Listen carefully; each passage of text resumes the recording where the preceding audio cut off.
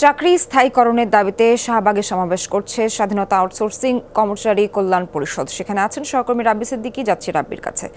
রাব্বি, সমাবেশে আন্দোলনকারীদের দাবি সম্পর্কে কি তথ্য আছে আপনার কাছে জানাবেন? দুর্দান্ত সব উপাদানে তৈরি ঝাঁঝালো স্বাদের প্রাণ ঝালমুড়ি। এই ঝাঁঝ সেই ঝাঁঝ। সোহার, শাহবাগ মোড় অবরোধ করেছে আউটসোর্সিংয়ে কর্মরত কয়েক হাজার কর্মচারী, যারা দীর্ঘদিন ধরে বঞ্চিত। আমরা একটু দেখাতে চাই যে এইখানে আসলে তারা এখানে অবস্থান নিয়েছেন সকাল থেকেই। তারা বলছেন তারা অবহেলিত, নির্যাতিত, তারা চাকরি করছেন দৈনিক মজুরির ভিত্তিতে, কিন্তু এই চাকরি গত কয়েক বছর ধরেও তাদের চাকরি স্থায়ী করবে বলে ওয়াদা করলেও কোনো সরকারই তাদের যে দাবিটি, যৌক্তিক দাবিটি, সেটি মানেনি।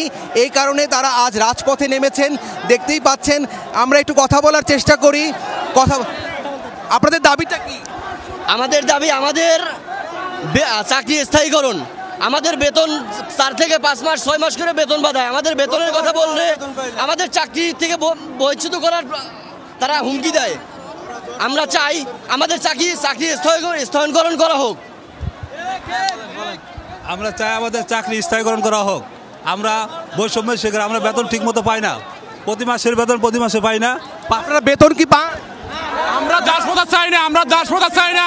আমরা রাজস্ব জাতীয়করণ চাই, আমরা জাতীয়করণ চাই, আমরা রাজস্ব জাতীয়করণ চাই, আমরা বেসরকারি থাকতে চাই না। আমাদের এক দফায় এক দাবি, আমাদের সরকারের রাজস্ব করতে হবে। এই দাসপ্রথা থেকে আমরা মুক্ত চাই এবং আমাদের এই দাসত্ব আমরা রাজস্ব চাই। আমরা আর এই নিপীড়িত হতে চাই না। আমরা রাজস্ব চাই। আমরা বহুত কষ্ট করছি, আমরা করোনায় যুদ্ধ করছি, আমরা ডেঙ্গুতে যুদ্ধ করছি। যুদ্ধ করার পর আমরা কখনো কোনো দিক থেকে কোনো সুযোগ সুবিধা পাই নাই। আমরা বেতনটা ঠিকমতো পাই না, ঈদে একটা বোনাস সেটাও পাই না। তারা বেতন পান না, বোনাস পান না, তাদের সাথে নানান ধরনের অনিয়ম হচ্ছে এবং এই দাবিতে তারা কিন্তু অনেক দিন ধরেই আন্দোলন করছেন, কিন্তু বারবারই কিন্তু কর্তৃপক্ষ তাদেরকে বলছেন যে তাদের চাকরি জাতীয়করণ করা হবে, কিন্তু সেটি করা হয়নি।